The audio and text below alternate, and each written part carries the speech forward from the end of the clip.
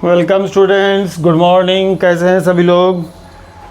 चलिए तो rotational motion की कहानी को हम लोग आगे बढ़ाया जाए। पिछले वीडियो में हम लोगों ने टॉर्क, एंगुलर मोमेंटम और एंगुलर मोमेंटम के कुछ प्रॉपर्टी को देखा था। अब एंगुलर मोमेंटम के प्रॉपर्टी को कुछ आगे बढ़ाते हुए हम लोग एक चीज़ जानना चाहेंगे, वो क्या कि angular momentum of a body moving on a straight line with constant velocity remains constant through out it's motion. मतलब कि किसी स्ट्रेट लाइन पाथ पर अगर कोई ऑब्जेक्ट मूव कर रहा है, तो किसी भी पॉइंट के अबाउट इसका angular momentum through out the process क्या रहेगा, थ्रू आउट द मोशन वो कांस्टेंट बना रह जाएगा। ऐसा क्यों कहा जा रहा है, जरा हम लोग इसको समझने की कोशिश करते हैं। मान लीजिए ये हमारा है क्या, पॉइंट, ठीक है जी, और ये है जिसके अबाउट हमको उसका एंगुलर मोमेंटम मेजर करना है। ये है path of movement of what, of the particle या ऑब्जेक्ट। ठीक है, चलिए हम लोग समझने की कोशिश करेंगे कि मान लीजिए जब ये पार्टिकल यहाँ रहा होगा, ठीक है, पार्टिकल यहाँ रहा होगा, उसके पास एक लीनियर मोमेंटम रहा होगा एम भी, है ना, लीनियर मोमेंटम रहा होगा एम भी, आर इसका पोजीशन वेक्टर रहा होगा। चलिए R1 यहाँ हम लेकर के चलते हैं, तो ये आपका R1 वेक्टर को रिप्रेजेंट करेगा। ये एंगल थीटा हुआ, तो वर्टिकली अपोजिट एंगल ये थीटा हुआ। ये लाइन ऑफ मूवमेंट का इसका परपेंडिकुलर होगा। अगर ये कितना है, ओ लेके चले और इसको कह ले एन, ओ एन, तो हम लोग क्या कहते हैं, एंगुलर मोमेंटम एल की जो बात लेते हैं वो लेते हैं मोमेंटम यानी P into perpendicular distance of point of rotation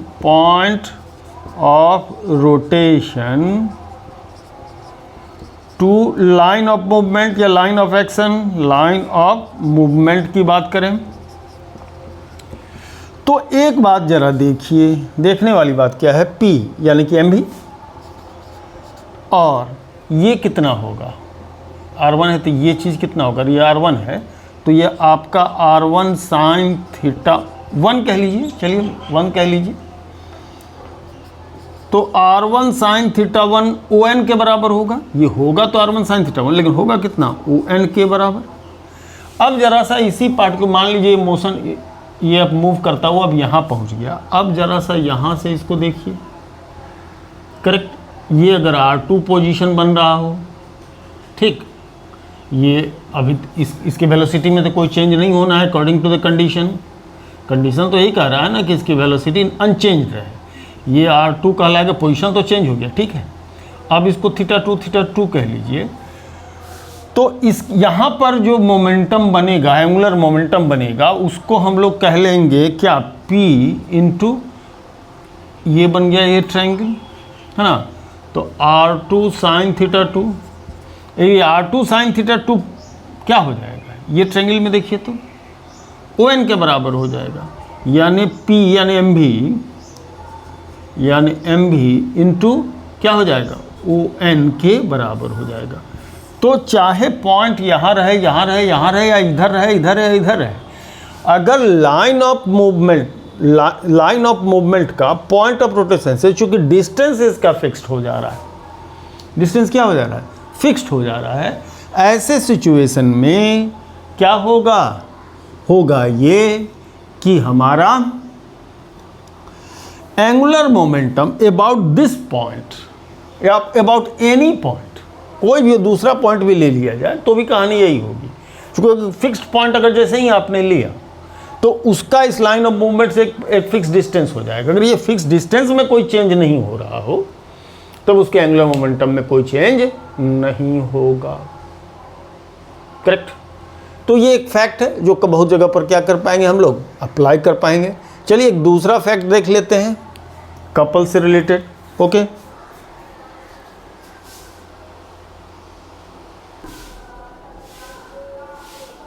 हाँ, तो कहता है कि moment of couple is is independent of point of rotation. Point of rotation से इंडिपेंडेंट होगा। हम लोग यहाँ पर पॉइंट ऑफ रोटेशन मैंने पॉइंट लेते हैं जिसके अबाउट रोटेशन की बात करते हैं। अगर चलिए मान के चलते हैं, बाहर निकाल कर यहाँ पर रख लेते हैं। F1 force is acting at A end and F2 force is acting at B and.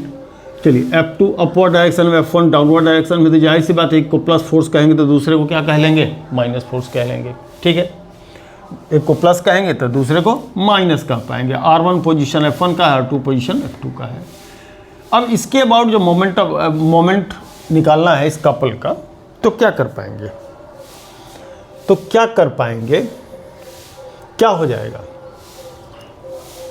Moment of couple यहाँ कितना हो जाएगा? मोमेंट ऑफ कपल अगर हम लोग देखने की कोशिश करते हैं कितना हो जाएगा टोटल टॉर्क, है ना। पहला देखिए R1 क्रॉस माइनस F1 हुआ, प्लस एक तो इसका होगा, दूसरा इसका होगा, R2 क्रॉस F2 होगा। तो ये माइनस हो जाएगा, जरा उसको उधर ले लीजिए। R2 cross F2 minus R1 cross F1 है ना। तो सॉरी, फोर्स का मैग्नीट्यूड तो सेम है, तो ऐसा करें फोर्स F1 हो या F2 हो, इन मैग्नीट्यूड क्या है, ये F के बराबर है। अगर इसको अब अपन F ले रहे हैं और इसको भी क्या ले रहे हैं, F ले रहे हैं, तो क्या हो जाएगा R2 minus R1 cross F हो गया। ठीक है जी, R2 minus R1 cross F। R2 minus R1 क्या हो जाएगा, ये A B vector, difference in position displacement, है ना। या वेक्टर की बात करें, R1 plus A B is equal to R2, vector of addition से आइए, R1 plus A B is equal to R2, यानी A B is equal to R2 minus R1। देखिए ना, यहाँ देखिए R2 is equal to R1 plus A B vector, तो A B vector is equal to R2 minus R1। तो ऐसे में टॉर्क हमारा ए बी क्रॉस F हो जाएगा, चूँकि R2 माइनस R1 को हम लिखेंगे। तो चाहे पॉइंट कहीं यहाँ भी ले लेंगे तो भी फाइनली R1 लेंगे, इधर R2 लेंगे, R1 माइनस R2 वैसे हो तो जाएगा सेम ही, आना तो बाद में उसको ए बी ही है, आएगा तो ए बी। तो ऐसे सिचुएशन में किसी भी कपल का चाहे पॉइंट ऑफ रोटेशन कहीं से भी ले लीजिए, है ना, पॉइंट ऑफ रोटेशन कहीं से ले लीजिए, उसका क्या होगा, मोमेंट ऑफ द कपल की वैल्यू क्या रह जाएगी, सेम रह जाएगी। ठीक है ना जी। देखिए एनसीईआरटी के कुछ दिए गए प्रॉब्लम नहीं बल्कि समझ लीजिए कि एक कुछ फाइंडिंग्स है, और ये बड़ा इंपॉर्टेंट फाइंडिंग्स है। और एनसीईआरटी जो बुक बनाया गया है ऑल इंडिया लेवल के लिए, इसमें इसको अगर बारीकी से देखा जाए टोटल, तो लगभग जितने भी इसके माइन्यूट पॉइंट्स हैं सभी इंक्लूड हो जाते हैं, तो जो लोग भी चाहे बोर्ड की तैयारी कर रहे हो या कंपटीशन की तैयारी कर रहे हो, उनका एनसीईआरटी लेवल क्या होना चाहिए, बेहतर आना चाहिए। ठीक है जी, है ना। चलिए देखते हैं आगे क्या देखना है। हाँ, तो हम लोग देखने जा रहे हैं नेक्स्ट टॉपिक्स के रूप में क्या, इक्विलिब्रियम ऑफ रिजिड बॉडी का इक्विलिब्रियम। ठीक है जी, है ना। When an object is said to be in total equilibrium, यहाँ बात हम किसकी कर रहे हैं, टोटल इक्विलिब्रियम। अभी तक जो हम लोग जान रहे थे या अभी तक जो लोग पढ़ रहे होंगे, वो उनका इक्विलिब्रियम का मतलब नेट फोर्स जीरो। कंडीशन क्या है, first condition sigma F acting total, जितने भी एक्सटर्नल फोर्स लग रहे हो उनका सम क्या हो, जीरो, और सिग्मा टाउ एक्टिंग टॉर्क की वैल्यू जीरो हो। कितने भी टॉर्क लग रहे हो एक्सटर्नली वो क्या हो, वो जीरो हो, तब कहा जाएगा कि ये ऑब्जेक्ट क्या है, टोटल इक्विलिब्रियम के अंदर है। कहने का मतलब जैसे कि मान लीजिए एक ऑब्जेक्ट, चलिए एक बैलेंस लीजिए, यही लीजिए, और ये यहाँ पर एक पेग है, इसका d1 डिस्टेंस मान के चलिए, d2 डिस्टेंस मान के चलिए, इधर एक फोर्स लग रहा होगा लेट्स से F1, इधर एक फोर्स लग रहा होगा लेट्स से F2। तो इसका वेट यहाँ नीचे की तरफ क्या होगा, काम कर रहा होगा, है ना। इसका वेट क्या होगा, यहाँ काम कर रहा होगा, वेट इधर काम कर रहा होगा, इसका रिएक्शनरी वेट इधर काम कर रहा है कि नहीं कर रहा है उसको छोड़िए। चलिए यहाँ पर रिएक्शनरी फोर्स ऊपर की तरफ लग रहा होगा। तो फोर्सेस कौन कौन से हैं, F1 F2 डाउनवर्ड डायरेक्शन में, R अपवर्ड डायरेक्शन में। तो पहला कंडीशन ये होना चाहिए कि R vector plus F1 vector plus F2 vector must be 0। अगर हम लोग वेक्टर छोड़कर बने F1 plus F2 must be minus R, या वेक्टर के हिसाब से अलग हट करके देखें तो F1 plus F2 in magnitude, vector हटा दीजिए, must be equal to R, must be equal to R। ऐसा होगा, ऐसा होगा। तो ये ट्रांसलेटरी इक्विलिब्रियम, ये है ट्रांसलेटरी इक्विलिब्रियम, ये रोटेशनल इक्विलिब्रियम। मतलब कोई रिजिड बॉडी अगर यदि हमारा इक्विलिब्रियम में है तो it must be in translational equilibrium, it must be in rotational equilibrium as well. दोनों स्टेट होनी चाहिए, करेक्ट है ना। जैसे कि मान लीजिए ये यहाँ लगी हुई है, मान लीजिए यहाँ पर एक फोर्स लगाते हैं तो ये क्या होगा, ये ट्रांसलेटरी मोशन तो करेगा नहीं, लेकिन अगर यहाँ फिक्स है तो रोटेट करने लगेगा, है ना, रोटेट करेगा। तो ट्रांसलेशनल इक्विलिब्रियम में तो इसको हम लोग इसको कंसीडर कर लेंगे कि हाँ भाई ट्रांसलेशनल इक्विलिब्रियम है, लेकिन ये रोटेशनल इक्विलिब्रियम में नहीं आया। तो टोटल इक्विलिब्रियम तब माना जाएगा ना तो वो ट्रांसलेट करे ना वो रोटेट करे, मतलब ना वो आगे पीछे जाए नहीं वो रोटेट करे, तब हम उसको क्या मान कर चलेंगे, total equilibrium for a rigid body. ठीक है, पहली बात। दूसरी बात क्या हो जाएगी इसके लिए कि एक्टिंग टॉर्क की वैल्यू सिग्मा टॉर्क, टॉर्क एक यहाँ एंटी क्लॉकवाइज यहाँ लग रहा होगा और क्लॉकवाइज यहाँ लग रहा होगा। तो τ1 प्लस τ2 इक्वल्स टू क्या होना चाहिए, 0 होना चाहिए। इस सिचुएशन में इधर का टॉर्क क्या होना चाहिए, 0 होना चाहिए। ठीक है जी। तो ऐसे सिचुएशन में वेक्टर के हिसाब माने τ1 मस्ट बी माइनस τ2 या τ2 मस्ट बी माइनस τ1, जो भी कहना है कह लीजिए, वेक्टर फॉर्म में। और अगर यदि सिंपल बिना वेक्टर के समझना चाहते हैं और इसको रेफर करते हुए देखना चाहते हैं तो τ1 और τ2 क्या होना चाहिए, equal in magnitude, opposite in direction होना चाहिए। ठीक है जी। अब यहाँ से जो सिचुएशन के हिसाब से देखते हैं तो एक बात देखिए तो τ1 कितना होगा, d1 f1 और τ2 कितना होगा, d2 f2। तो ये भी प्रिंसिपल ऑफ रोटेशन में ये चीज़ आ जाता है ना, ये चीज़ आता है। इस चीज़ का भी बहुत जगह हम लोग क्या करेंगे, एज अप्लाई करेंगे। तो एप्लीकेशन के लिए एक अच्छा रिलेशन है, जब वो इक्विलिब्रियम में होगा तो ये सिचुएशन हमारी क्या होगी, अप्लाई हो जाएगी। ठीक है जी, है ना। तो इन सारे रिलेशन को याद रखें, ध्यान रखेंगे, तब हम लोग क्या करेंगे, आगे बढ़े। जरा साहब इसके बाद हम लोग सेंटर ऑफ ग्रेविटी पर भी चर्चा कर लें।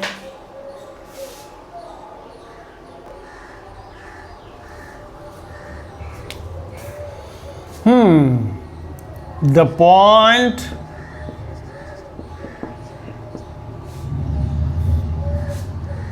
where the weight of any rigid body is supposed to be where the entire weight of any body is supposed to be located। एक सेंटर ऑफ मास भी हम लोगों ने देखा था ना, इसी में mass is suppose to be located, जिस पॉइंट पर उसका मास लोकेटेड होगा वो उसका सेंटर ऑफ मास होगा किसी सिस्टम का। और अगर कोई ऐसा पॉइंट हो जहां उसका वेट लोकेटेड हो, तो ऐसे सिचुएशन में वो पॉइंट सेंटर ऑफ ग्रेविटी कहलाएगा। फर्क सेंटर ऑफ मास और सेंटर ऑफ ग्रेविटी में कुछ कंडीशनल है। जनरल कंडीशन में सेंटर ऑफ मास और सेंटर ऑफ ग्रेविटी सेम हो जाता है इफ जी इज कांस्टेंट, मतलब ग्रेविटेशनल एक्सीलरेशन अगर कांस्टेंट है थ्रू आउट द सिस्टम, पूरे सिस्टम में, तो जी की वैल्यू में चेंज अगर नहीं आ रही है कहीं पर भी, जी कोई सिस्टम है, इतना बड़ा सिस्टम है, इसके ईच एंड एवरी पॉइंट पर जी की वैल्यू अगर मान ली क्या हो रहा है, सेम हो रहा है, तो ऐसे सिचुएशन में हमारा वो centre of mass he centre of gravity बन जाएगा। लेकिन अगर हो सकता है कि कुछ इधर पार्ट में जी की वैल्यू कुछ और हो, इधर पार्ट में जी की वैल्यू कुछ और हो, तो ऐसे में centre of mass centre of gravity same नहीं रह जाएगा। तो एक कंडीशन सेंटर ऑफ मास और सेंटर ऑफ ग्रेविटी में फ़र्क इतना ही बरकरार जाता है कि if G throughout the system अगर कांस्टेंट रह गया तब तो centre of mass centre of gravity same रह जाता है। तो हमारे जो डेली यूज़ में है, तो एक छोटे से जगह की बात हम जब करते हैं या सरफेस ऑफ द अर्थ पर की बात करते हैं, या किसी एक रूम की बात करते हैं, एक रूम से एक रूम छोड़िए एक शहर की बात करते हैं, एक शहर के अंदर की बात अगर कोई ऑब्जेक्ट को हम उठा लेते हैं या 2-3 सिस्टम को ले लेते हैं, ऑब्जेक्ट को ले लेते हैं, तो जी की वैल्यू में कोई चेंज आता नहीं है। लेकिन अगर यूनिवर्स एज ए होल पर अगर हम लोग जाएंगे, तो बल्क लेवल पर जब हम जाएंगे तो जी की वैल्यू वेरी कर सकती है सिस्टम के अंदर। उस सिस्टम के अंदर जी की वैल्यू क्या कर सकता है, वेरी कर सकता है। कौन कौन सा उस पर पुल काम कर रहा है, इस बात पर वो डिपेंड कर सकता है। तो वो थोड़ा सा दूसरा टाइप का मैटर है ना। लेकिन ऑलमोस्ट हम लोग सेंटर ऑफ मास और सेंटर ऑफ ग्रेविटी के इन जनरल सिचुएशन में हम लोग क्या मान कर लेकर के चलेंगे, सेम रहेगा। ठीक है, चलिए तो ज़रा सा समझने के लिहाज से एक ऑब्जेक्ट लिया जाए, ये है एक ऑब्जेक्ट, ठीक है, और अगर ये सेंटर ऑफ ग्रेविटी जी है, तो इस पॉइंट पर अगर कोई शार्प एज से हम इसको होल्ड करना चाहेंगे तो होल्ड हो जाएगा। ठीक है जी, होल्ड हो जाएगा, ये होल्ड हो जाएगा। ठीक है, वेट इसका नीचे की तरफ टोटल काम कर रहा होगा, यहीं पर उसका टोटल वेट काम कर रहा होगा। ओके, और ऊपर की तरफ इसका रिएक्शनरी फोर्स काम कर रहा होगा जो वेट को काउंटर बैलेंस कर रहा होगा। ठीक है जी, है ना। कोई वजह इस तरह से करके इसको देख सकते हैं, हालांकि रुकेगा नहीं, मेरे ये देखिए रुक गया, सेंटर ऑफ ग्रेविटी पर है ना, एक ही पॉइंट पर, तो कहीं ना कहीं सेंटर ऑफ ग्रेविटी पर ही हमारी उंगली पड़ी हुई है, करेक्ट है ना। चलिए, तो ये कहानी हो। अब ये जो पूरा ऑब्जेक्ट है वो हमारा M1 पार्टिकल से बना हो सकता है, जिस पर नीचे की तरफ M1G फोर्स लग रहा होगा, कुछ इधर M2 पार्टिकल होगा, जो R1 इससे, ये जो लाइन है इससे क्या होगा, इस सेंटर से R1 डिस्टेंस पर होगा। इसी तरह से ये क्या होगा, M2 हमारा R2 डिस्टेंस पर होगा, इस पर एक फोर्स लग रहा होगा M2G, नीचे की तरफ फोर्स लग रहा होगा, और हर मास जो है सो नीचे की तरफ अट्रैक्ट हो रहा है। मतलब किसी भी एक साइड को अगर दो पार्ट में बांटते हो, तो इस साइड में लगने वाला टॉर्क और इधर साइड में लगने वाला टॉर्क, है ना, ऐसे गोल है। तो कहीं पर भी अगर डायमेट्रिकली अपोजिट चले जाते हैं तो इधर का लगने वाला टॉर्क इधर के लगने वाले टॉर्क के बराबर आना चाहिए। ये एंटी क्लॉकवाइज तो ये क्लॉकवाइज। फिर ये ऑब्जेक्ट ऐसा है, इधर से लगने वाला टॉर्क इधर से लगने वाला टॉर्क क्या होना चाहिए, बराबर होना चाहिए। माने ये पॉइंट ऐसा होना चाहिए जिसके अबाउट चारों तरफ से, है ना, चारों तरफ से किसी कोई भी लाइन ड्रॉ करके अगर हम क्या करते हैं, कोई भी एक पार्ट अगर जो भी टॉर्क डेवलप कर रहा होगा तो दूसरा पार्ट, उसका रेस्ट पार्ट जो है सो उसका काउंटर टॉर्क क्या कर रहा हो, डेवलप कर रहा होगा। मतलब यहाँ पर अगर कंडीशन देखें तो सिग्मा एफ इजकल टू 0, तो क्या देख सकते हैं, आपका W plus R is 0, R plus W equals to what 0 है, यानी R बराबर क्या होगा, W के बराबर होगा, R is equal to minus W होगा, वो अलग बात है। ठीक है जी। अब इसमें हम कह रहे हैं कि नेट टॉर्क जो होगा वो भी 0 होगा अगर इक्विलिब्रियम में है। तो नेट टॉर्क क्या होगा, नेट टॉर्क की बात अगर हम करते हैं तो देखिए क्या क्या आने वाला है, जरा यहाँ देखिएगा। R1 M1G ये फोर्स है, तो RF लिख रहे हैं, एक्चुअल में RF लिख रहे हैं, थीटा 90 डिग्री होगा, क्योंकि हम लोग यहाँ देखिए ना, कोई भी यहाँ से ऐसा ले रहे हैं, इधर वेट काम कर रहा है, इधर mg काम कर रहा है, इधर r है, तो यहाँ थीटा की वैल्यू 90 डिग्री है, तो RF साइन थीटा होता है, साइन थीटा 90 साइन 91, तो ऐसे में ये R2 M2G, ठीक है। फिर ये R3M3G, ऐसा करते हुए जाकर के ये क्या हो रहा है, 0 हो रहा है। G को ले सकते हैं कॉमन, तो M1R1 plus M2R2 plus M3R3 so on is equal to क्या, 0।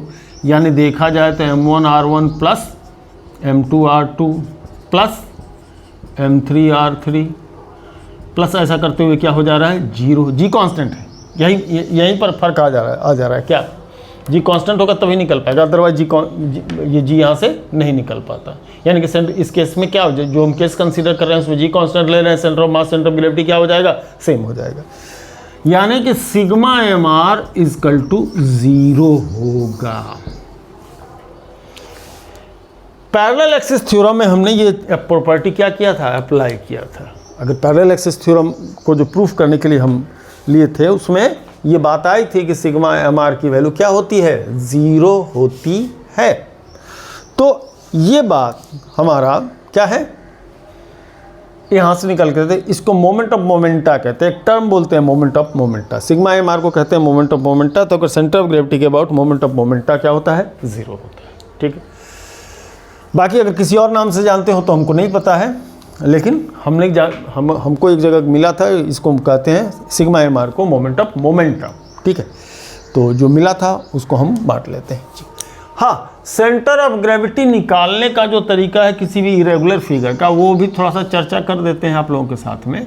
देखिए क्या होगा कि अगर यदि कोई इरेगुलर फिगर है, इरेगुलर फिगर का सेंटर ऑफ ग्रेविटी निकालना है, सेंटर ऑफ ग्रेविटी निकालना है, तो क्या करना होगा कि उसको कई तरीके से सस्पेंड कर सकते हैं। कई तरीके से उसको क्या कर सकते हैं, हम लोग सस्पेंड कर सकते हैं। जैसे कि मान लीजिए पहले इसको ऐसे सस्पेंड कर दें और ऐसे सस्पेंड कर दें और यहाँ से एक लाइन ड्रॉ कर, सीधे वर्टिकल लाइन ड्रॉ कर दें नीचे की तरफ, फिर यहाँ से सस्पेंड कर दें, फिर एक वर्टिकल लाइन ड्रॉ कर दें, फिर यहाँ से सस्पेंड कर दें, फिर एक वर्टिकल लाइन ड्रॉ कर दें। तो ऐसा करके क्या करने वाले हैं, ऐसे है ना, और ये इरेगुलर ले लिया जाए, इसको क्या ले लिया जाए, इरेगुलर फिगर ले लिया जाए। तो क्या होगा, एक लाइन ऐसे ड्रॉ होगा, फिर अगर यहाँ से ए पॉइंट से अगर किया आपने तो ए डैश हो गया, फिर बी पॉइंट से आपने किया होगा पहले तो ऐसे जाएगा, फिर सी पॉइंट से आपने किया तो ये ऐसे जाएगा। तो ये जो पॉइंट ऑफ इंटरसेक्शन है, ये जो पॉइंट ऑफ इंटरसेक्शन है, यही इसकी क्या हो जाएगी, सेंटर ऑफ ग्रेविटी हो जाएगा। चूँकि ये लाइन, ये वर्टिकल लाइन, जब इसको हम बार बार क्या करेंगे, एक बेस से सस्पेंड कर देंगे और लाइन ड्रॉ करेंगे, तो ये किसी एक जगह पर क्या करेगा, क्रॉस करेगा। क्रॉस करने के पीछे क्या है कि इसी लाइन के ऊपर कहीं सेंटर ऑफ ग्रेविटी, फिर जब बी पॉइंट से उसको सस्पेंड करेंगे तो इसी लाइन के ऊपर क्या होगा, उसका सेंटर ऑफ ग्रेविटी, फिर सी से करेंगे तो क्या होगा, इसी लाइन पर उसका सेंटर ऑफ ग्रेविटी होगा। ऐसे सिचुएशन में इनका जो पॉइंट ऑफ इंटरसेक्शन होगा वही क्या हो जाएगा, कॉमन पॉइंट, वही क्या हो जाएगा, सेंटर ऑफ ग्रेविटी। तो इस तरीके से हम क्या कर सकते हैं, किसी भी ऑब्जेक्ट का सेंटर ऑफ ग्रेविटी बतला सकते हैं। इन्फॉर्मेशन ज़रूरी है, कैसे किसको क्या करके निकालते हैं ये जानना बेहद ज़रूरी है। ठीक है जी, चलिए तो आगे बढ़े। ये क्वेश्चन लिया हमने एनसीईआरटी का ही है, लेकिन इससे बहुत सारा इन्फॉर्मेशन हम आपको दे पाएंगे। ठीक है, there is a rod A B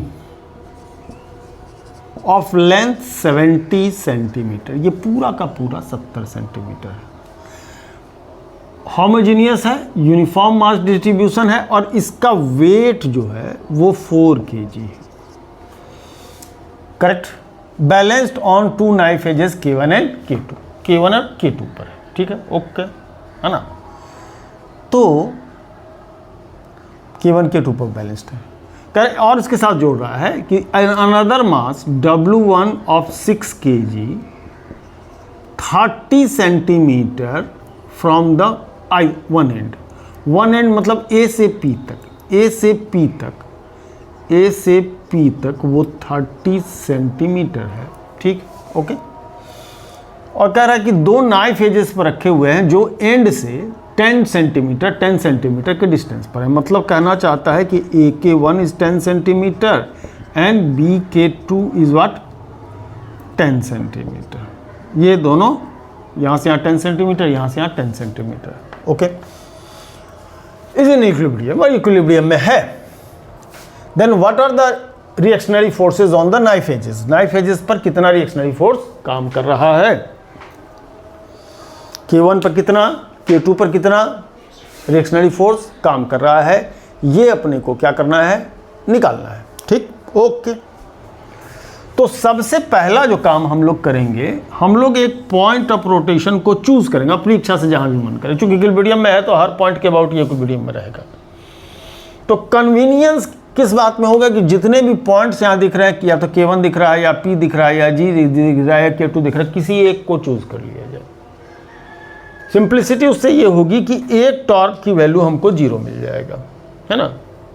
तो सबसे बेस्ट होगा let G be the point of rotation. हम G को पॉइंट ऑफ रोटेशन ले रहे हैं, उसको जो सेंटर ऑफ ग्रेविटी है रॉड की, उसी को हम लोग पॉइंट ऑफ रोटेशन ले लिए। ठीक है, ओके। चलिए अब एक बात देखिए, अब अगर हम लोग ट्रांसलेशनल इक्विलिब्रियम के लिए अगर हम लोग चल रहे हैं, तो ट्रांसलेशनल इक्विलिब्रियम के लिए चलेंगे तो क्या देख रहे हैं, नीचे की तरफ फोर्सेस लग रहे हैं W1 और W, और ऊपर की तरफ लग रहा है कौन, R1 और R2, है ना। तो सिग्मा F0 यानी कि R1 plus R2, R1 plus R2 equal to W1 plus W, यानी R1 प्लस R2, W1 6, ये 4 यानी 10 kg, है ना। ये 10 kgf हो जाएगा, 10 kgf हो जाएगा, है ना, 10 kgf। तो चलिए 9.8 ले लेते हैं। अगर यदि इसका G की वैल्यू तो कितना हो जाएगा, 10 इंटू 9.8 यानी कि 98 न्यूटन, यानी R1 प्लस R2 की वैल्यू तो 98 न्यूटन हो गई। ठीक है, मैंने दोनों का सम 98 न्यूटन होगा, ये ठीक है। अब जरा सा हम रोटेशनल मोशन पर आते हैं। अब इसके रोटेशनल इफेक्ट पर हम जाते हैं। टोटल इक्विलिब्रियम तब होगा जब वो तो ये अभी ये रोटेट भी नहीं हो रहा है, इसका मतलब इक्विलिब्रियम में है। हमने G को पॉइंट ऑफ रोटेशन ले लिया है, ट्रांसलेशनल इक्विलिब्रियम को हमने देख लिया। ठीक है जी, चलिए तो अब क्या करेगा, R1 रोटेट होगा G के अबाउट, तो R1 से G का डिस्टेंस अपने को चाहिए होगा।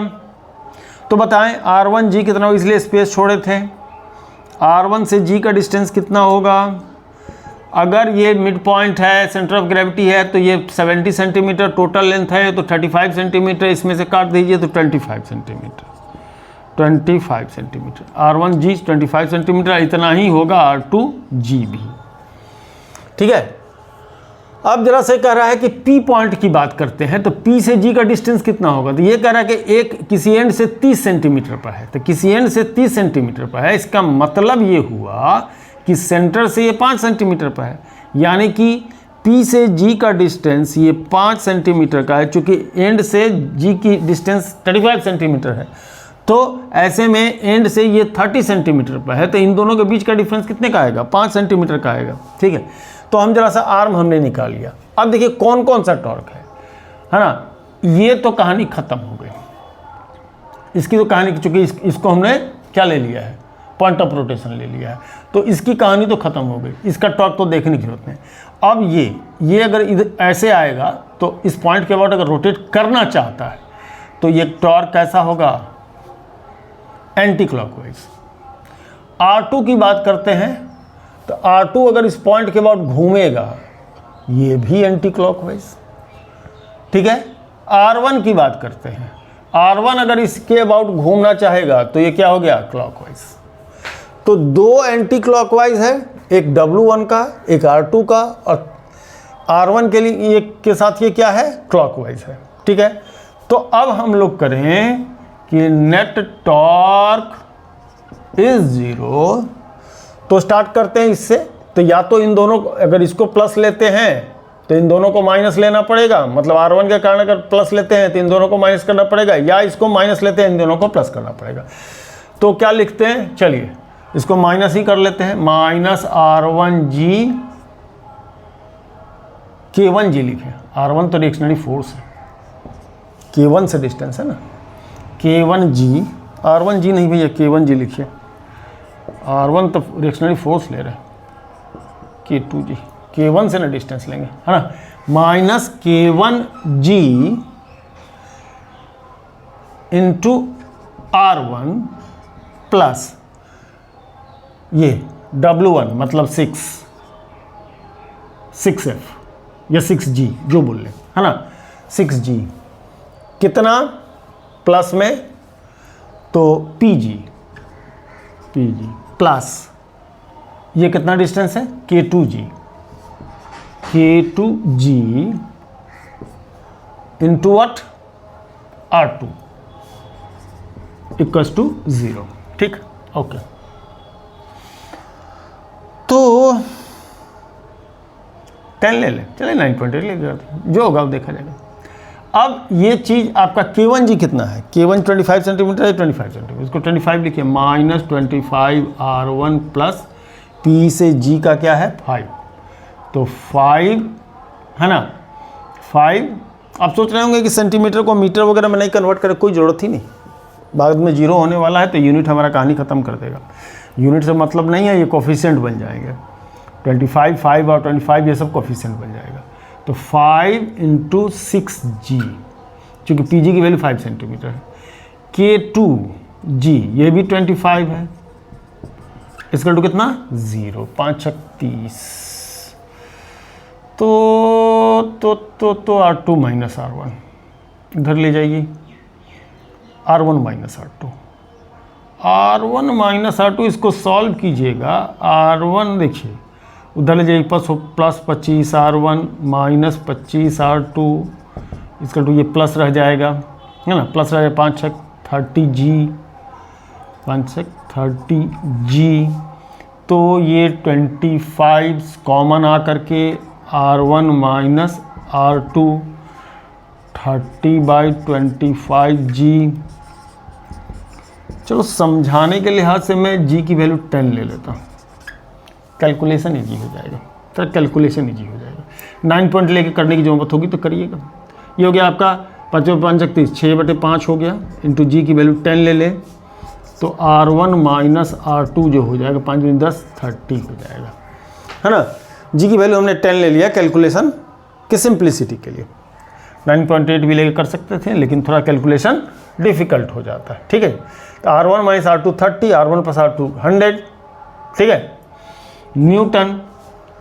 तो ऐसे में अब हमारे पास 2 इक्वेशन है, सॉल्व करेंगे, निकाल लेंगे। अब मेरे दिमाग में फिर से बात आ रहा है कि आप लोग सेंटीमीटर वाली कहानी देखिए, जब भी रिलेशन में लास्ट में 0 हो ना तो यूनिट चेंज करने की ज़रूरत नहीं है, रेशियो लेना हो यूनिट चेंज करने की ज़रूरत नहीं है। तो कहीं पर भी जब इस तरह की स्थिति होती हो, कोई भी रिलेशन का सम आकर के 0 हो रहा हो, तो उसमें जो भी वैल्यू आप पुट कर रहे हैं उसमें यूनिट चेंज करने की नौबत नहीं आएगी, क्योंकि वो कोफिशिएंट की तरह काम करेगा और कोफिशिएंट कॉमन होता है ना, कोफिशिएंट कॉमन कर सकते हैं। तो R1 माइनस R2 30 और R1 plus R2 is what 100। तो क्या देख रहे हैं हम लोग, क्या देख रहे हैं, देख ये रहे हैं कि जोड़ने से 100 हो और डिफरेंस करने से 30, कौन सा ऐसा वैल्यू होगा, कौन सा ऐसा वैल्यू होगा, 65 35, 65 और 35 कितना 100, और 65 माइनस 35 30, सही है। सॉल्व कीजिए, सॉल्व कर लीजिए, जैसे भी मन करता है सॉल्व करना, इतना सॉल्व करना तो कम से कम इस लेवल के विद्यार्थी को बनता है, यानी R1 की वैल्यू 65 न्यूटन एंड R2 की वैल्यू कितनी 35 न्यूटन। ओके, मतलब जो रिएक्शनरी फोर्स होगा इस पर ज़्यादा होगा 65 न्यूटन का, इस पर क्या होगा 35 न्यूटन का रिएक्शनरी फोर्स क्या करेगा, डेवलप करेगा। वेल इनसाइड द व्यू है, चलिए अच्छी बात है। ये मैं बीच बीच में चेक करते रहता हूँ कि व्यू के अंदर आ रहा है कि नहीं, ठीक है ना। तो ये तो हो गई हमारी प्रॉब्लम, एक ये एनसीईआरटी प्रॉब्लम। एक और प्रॉब्लम हम लोग आज एनसीईआरटी का ही देख लेते हैं, फिर आगे प्रॉब्लम, तो इसका तो प्रॉब्लम बहुत लंबा जाएगा। रोटेशनल मोशन तो हमको लगता है 15-20 दिन हम 10-15 पार्ट बनाएंगे, अभी तो ये लगता है 6वां पार्ट होगा। 10 to 15 पार्ट्स होंगे रोटेशनल मोशन के, है ना। ये तो 6th पार्ट है। चलिए एक और प्रॉब्लम लेते हैं।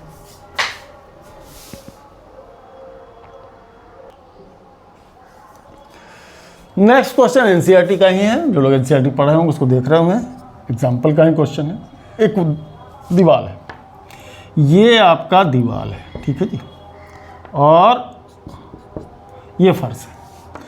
3 मीटर लंबा एक क्या है, सीढ़ी है, जो लीन कर रहा है, जो कहने का मतलब टिका हुआ है एक फ्रिक्शनलेस वॉल पर, इस वॉल में कोई फ्रिक्शन नहीं है।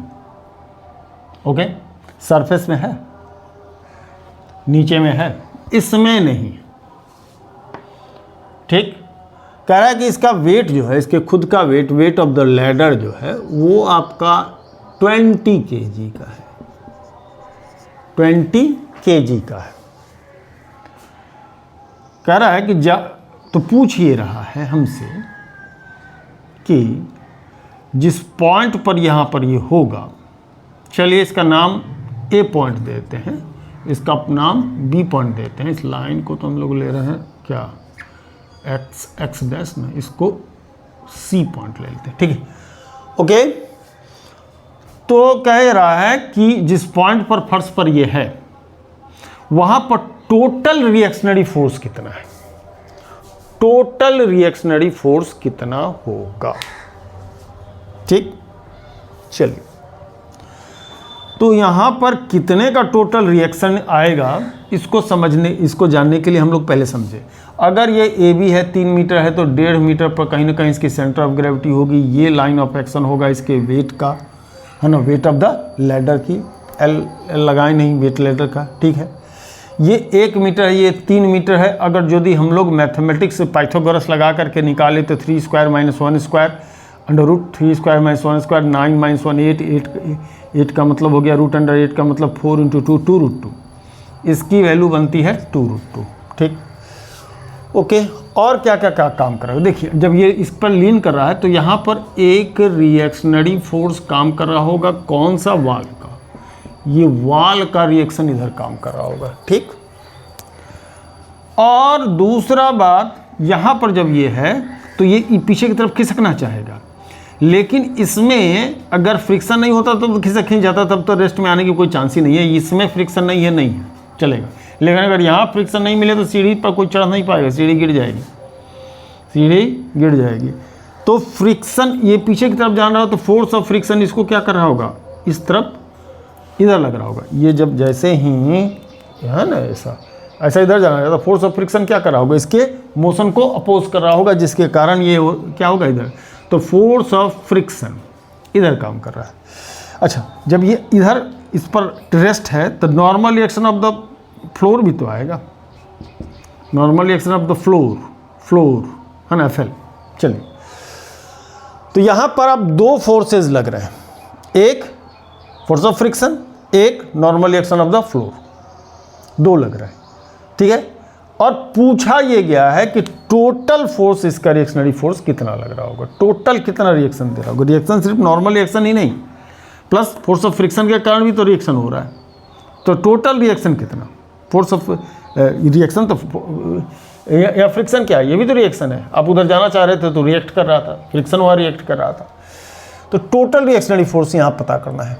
चलिए, अब सबसे इंटरेस्टिंग बात जानते हैं क्या है, जब भी हम किसी ऐसे प्रॉब्लम को लगाने के लिए चलेंगे तो हम सबसे पहले ऐसा पॉइंट चूज कर लें कि जिसमें मोमेंट ऑफ द फोर्स में कई एक फोर्स का मोमेंट क्या हो, समाप्त हो जाए, उसकी किस्सा ही खत्म हो जाए।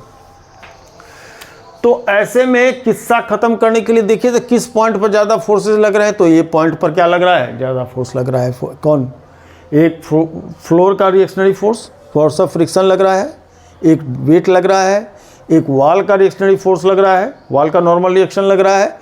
तो हमारे लिए W चूज करेंगे तो हमको 3 फोर्सेस का मोमेंट निकालना पड़ेगा, FW का, FL का, FS का निकालना पड़ेगा। अगर हम इस B को चुनते हैं तो भी 3 का निकालना पड़ेगा। ठीक है, अगर हम A को चूज कर लेंगे तो हमको ना FL का रोटेशनल इफेक्ट निकालना पड़ेगा ना FS का। तो बेटर क्या होगा, चूजिंग सबसे पहले A as point of rotation, point of rotation. Equilibrium में हो तो कहीं पर भी पॉइंट ऑफ रोटेशन क्या कर सकते हैं, चुन सकते हैं। तो चुनने, you are free to choose the point of rotation. तो हम पॉइंट ऑफ रोटेशन को क्या कर सकते हैं, चूज कर सकते हैं। ऐसे में क्या होगा, हम पहले तो देखें ये ट्रांसलेशनल इक्विलिब्रियम के लिए, ट्रांसलेशनल के लिए चले, ट्रांसलेशनल इक्विलिब्रियम के लिए चले। अगर ट्रांसलेशनल इक्विलिब्रियम के लिए चलते हैं तो एफ एल इजकल टू कितना, W और एफ एल बराबर होंगे, करेक्ट, ये और ये बराबर होगा। दूसरा एफ डब्ल्यू और एफ एस बराबर होगा, मैंने वॉल का रिएक्शन और फोर्स ऑफ फ्रिक्शन क्या होगा, बराबर होगा, फोर्स ऑफ फ्रिक्शन बराबर हो गए। तो एफ एल कितना होगा, एफ एल कितना होगा, एफ एल डब्ल्यू के बराबर, यानी कि इसकी वेट कितनी है 20 kg, यानी कि 20 G के बराबर हो जाएगा एफ एल, ठीक जी, है ना, ओके। और वॉल का reactionary force force of friction के बराबर जाएगा, सही बात है। तो देखने वाली बात क्या होगी कि अपने पास रिएक्शनरी फोर्स निकालना था, एफ एल तो पता चल गया, अब एफ एस को पता चलाना है, एफ एस एफ डब्ल्यू के बाद में वाल कितना रिएक्शन देगा, अब इसको पता करना है। क्या तरीका होना चाहिए, क्योंकि ट्रांसलेशनल इक्विलिब्रियम के से हमको तो कम से कम इसका नॉर्मली एफ एल तो निकल ही गया। अब हम लोग जरा सा रोटेशनल इक्विलिब्रियम में आते हैं। तो रोटेशनल इक्विलिब्रियम पर अगर हम लोग चल रहे हैं तो क्या क्या होगा, देखिए तो इस ए पॉइंट ऑफ रोटेशन हम लोग शुरू में ही चुन लिया था ना। अच्छा, ये line of action of the weight होगा, तो ये पॉइंट ऑफ रोटेशन से इस डब्लू का लाइन ऑफ एक्शन कितना डिस्टेंस पर है, फॉर डब्लू है ना, लाइन ऑफ एक्शन से पॉइंट ऑफ रोटेशन का डिस्टेंस आधा होगा, आधा metre for W, perpendicular distance half metre का होगा फॉर व्हाट, एफ डब्ल्यू, ये है पॉइंट ऑफ रोटेशन, ये लाइन ऑफ एक्शन इसका है। तो पॉइंट ऑफ रोटेशन से इसका परपेंडिकुलर डिस्टेंस कितना आएगा भैया, तो ये जितना होगा उतना ही यही होगा, सी से बी और ये से इतना, फॉर डब्ल्यू परपेंडिकुलर डिस्टेंस जो आएगा वो आएगा 2√2 मीटर, ठीक है। ये कैसा होगा, जरा यहाँ पे गौर कीजिए, ये ऐसा मतलब ये रोटेट कर रहा है कैसा, ये क्लॉकवाइज, और ये कैसा, ये एंटी क्लॉकवाइज, है ना, माने ये क्लॉकवाइज, ये ऐसे ऐसे है ना, ये इस पॉइंट के आउट अगर रोटेट करता है तो कैसा होगा क्लॉकवाइज, और ये रोटेट करेगा तो कैसा होगा एंटी क्लॉकवाइज। तो इसका मतलब कि इसका टॉर्क और इसका टॉर्क एक दूसरे का अपोजिट होगा, करेक्ट है ना, यानी कि किसी को प्लस कहेंगे दूसरे को, चलिए तो half into weight minus F wall into कितना हो जाएगा 2√2 इक्वल्स टू क्या हो जाएगा 0, है ना, 2√2 इक्वल्स टू क्या हो जाएगा 0। तो वेट कितना है जी, वेट है इसका 20 G तो बन गया 10 G, F W 2√2 equal to 0, तो F W 2√2 equal to 10 G, तो F W equal to 10 G by 2√2 that is कितना 5G अपॉन √2। कैलकुलेशन के लिए चलिए हम लोग ले लेते हैं G की वैल्यू कितनी, 10 ही ले लेते हैं भैया, इजी रहेगा, 9.8 भी ले सकते थे। तो ये FL की वैल्यू 200 है। चलिए FW की वैल्यू अगर 5G है तो 5 इंटू 10 बाई √2, तो 5 दूनी 10, √2 कैंसिल 25 √2 हो जाएगा, है ना, 25 √2 आ जाएगा। डू यू एग्री, 5 10 50 बाई √2, तो 25 इंटू 2 से 25 √2। अब इसको FW को, एक्चुअल में FW की जरूरत नहीं है, जरूरत है किसकी, FS की। तो अब हम कह सकते हैं FS की वैल्यू कितनी है, माने फोर्स ऑफ फ्रिक्शन, चूंकि FW वॉल के रिएक्शन के बराबर होगा तो ये भी 25 √2 हो जाएगा। अब अपने को ये फोर्स भी मिल चुका है, ये फोर्स भी मिल गया है, तो रिजल्टेंट फोर्स भी हमारा रिजल्टेंट रिएक्शन, ये देख रहे हैं ना, ये यहाँ यही होगा रिजल्टेंट रिएक्शन इनका, ठीक है ना। ये F resultant equal to under root F S का स्क्वायर प्लस एफ एल का स्क्वायर, एफ एस का स्क्वायर मतलब ये 625 गुणे 2 प्लस एफ एल का स्क्वायर मतलब 200 का स्क्वायर। इंटरेस्टिंग। तो 25 से 625, 25 इसमें से भी निकल सकता है। 25 इसमें कितने हैं? 4 ठो 6 25 नहीं, 8 ठो 6 25 है। देख तो मैं 8 ठो 25 है। इसमें 25 इंटू 25 इंटू 2 प्लस 25 इंटू 8 का स्क्वायर, 25 इंटू 8 का स्क्वायर, 25 का स्क्वायर, 25 का स्क्वायर, 25 बाहर, यहाँ बचा 2 प्लस 8 का स्क्वायर, 8 का स्क्वायर है ना, 8 का स्क्वायर यानी 64, यानी 25 66, 25 रूट 66। ये आपको 9.8 लेके भी लगा सकते हैं और इसको भी लेके लगा सकते हैं। तो 66 8 64, 8 8 जा 64। ऑलमोस्ट ये कितने बार 8 पॉइंट समथिंग, 8 पॉइंट चलो 1 मान लेते हैं। तो 25 8 200 प्लस 25 200, 202 पॉइंट कुछ 5 ऐसा है ना। तो टोटल रिएक्शन कुछ इस तरीके से आएगा, है ना। मेन मुद्दा कैलकुलेशन में फंसना नहीं था, मेन मुद्दा अपना ये था कि हम लोग क्या कर पा रहे हैं कि प्रॉब्लम को देख पा रहे हैं कि नहीं देख पा रहे हैं, ये मेन मुद्दा था। करेक्ट। और किसी प्रॉब्लम को देखने का क्या तरीका अपना होना चाहिए, ये मेन मुद्दा था। सवाल लगाना मेन मुद्दा नहीं था। इससे जो सीखने को मिला वो मेन है।